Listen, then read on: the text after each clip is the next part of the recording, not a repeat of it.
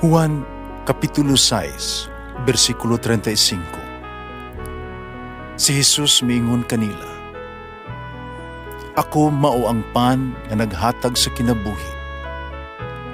Ang muari kanako dili nagayod gutumon, ug ang mutuo kanako dili nagayod uhawon." Ang mga puno Pan sa kinabuhi.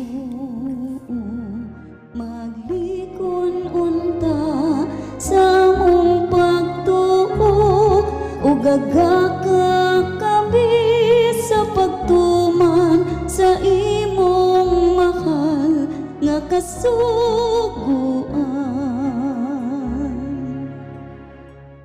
Ginumana kaninyo. Santo sa Ebanghelyo sumala ni San Juan.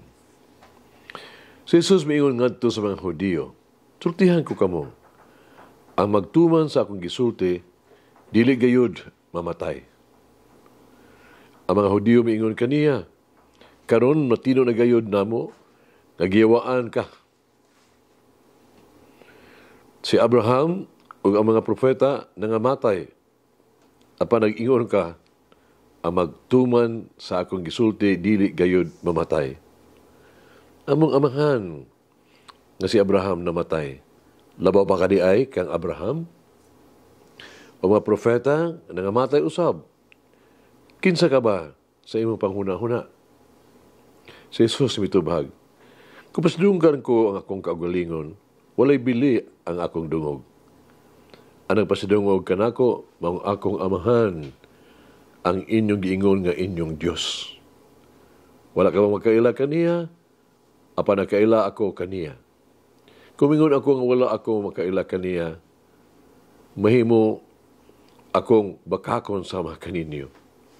Apan nakaila ako kaniya, ug nagtuman ako sa iyang sugo.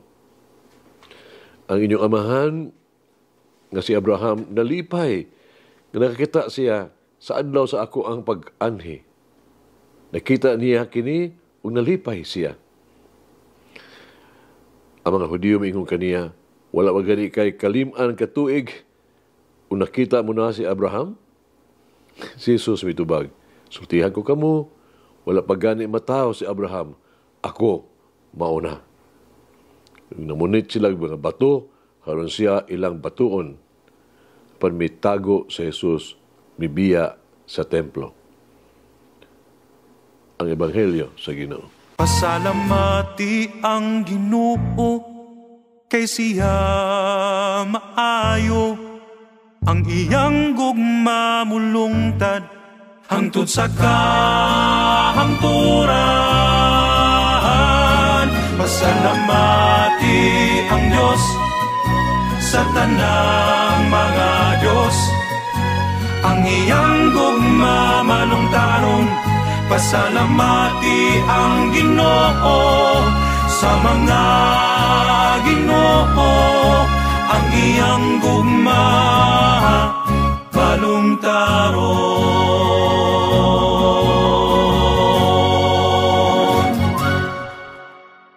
Sa Ebanghelyo karong adlaw, Jesus naghisgot bahin sa pagkinabuhi sa kamatuoran o kagawasan.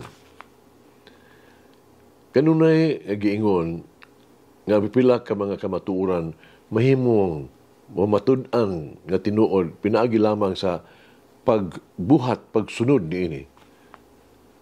Sa akong hunahuna, si Jesus adunay ingon niini nga hunahuna sa dihang siya miingon, "Tumana ang ako ang pulong o kamo mahibalo sa kamatuoran o kamatuoran maghatag kaninyong kagawasan." Kamatuoran sa gisulti ni Jesus, o sa laing pagkasulti ba, nasabtan lamang diha sa atong pagpuyo, ipuyo sa atong kinabuhi. Diha sa pasaylo sa imong kaaway, sa imong nadiskubrihan na kining mga hustong mga butang nga buhaton, sa pag-ampo alang ni adto nakasala kanimo, imong naamguhan na kini ang labing mga binuhatan. Pinagi sa dili paghukom sa imong isikataw. Ang pagkinabuhi diha sa kamatuoran, magdala ka nato sa kagawasan gikan sa pagkaulipnan sa tuang mga kaugalingon. Ang pagsunod sa pagtulunan ni Jesus, makalingkawas ka nato gikan sa pagkaulipnan sa atong dili maayo kaayong batasan, pagpihig, pagkawalay pailob, pagkawalay alamag, ni mga lipan ng panahon sa Kwarisma.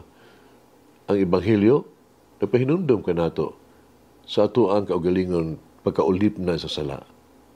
Kining pagkaulipon, kining atong pagkaulipon nga forma sa pagkaulipon dili gustos ni Jesus nga kini ato pagapuy-an. Si Blaise Pascal na ito kini ka magialamon sa makausa miingon kung gusto nimo nga makumbinser sa mga kamatuoran, ayaw dungagi ang imuha mga argumento. Ay itugot ang ato ang mga pagduha-duha bahin sa pagtulon ni Jesus. Mas mulabaw pa kaysa ato ang pagtuo kaniya. Magampo kita. Nagugma ang Diyos. Ning panahon sa Kwaresma, tabangi ako, ipunting ang ako ang mga mata sa imuhang anak, si Jesus. Ubukas ang ako ang kasing-kasing sa pagsunod sa iyang mga panag-ingnan o ehemplo.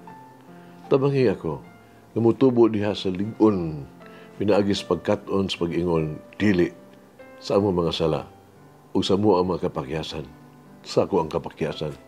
Tabangi ako, sa paggahin og dugang panahon, sa pag-ampo, pag-igsulti, o pagpaminaw kanimo. Tabangi ako, na makita ang mga pinahanglan sa uban, ipaambit ko, kana akan ako, iba sa mga kabus, kung gikutom, walay puluyanan. Ipaya na ako nang ipangayo, diha pinagi ni Kristo, na akong Ginoo. Amen. O Mary, free me from any self-righteousness that may creep into my heart. Malangin ang Diyos magagahom sa tanan, Amahan, Anak, Espiritu Santo. Amen. May the Lord of the divine mercy bless us all, heal us from all diseases and suffering. Ayun unta niya kita, tanang mga sakit na sa lawas o sa kalag, body and soul. In the name of the Father, the Son, and of the Holy Spirit. Jesus, I trust in you. Amen. Whoever eats the bread of life will never hunger, says the Lord. Kay galaan inyong nabati ang pagpaambit ug hamubong pamalandong sa pulong sa Dios pinaagi sa tulumanon. Pan sa kinabuhi nga gidumala ni Monsignor Daddy Silva. Hangtod na usab sa sunod higayon, daghang salamat. The bread of life.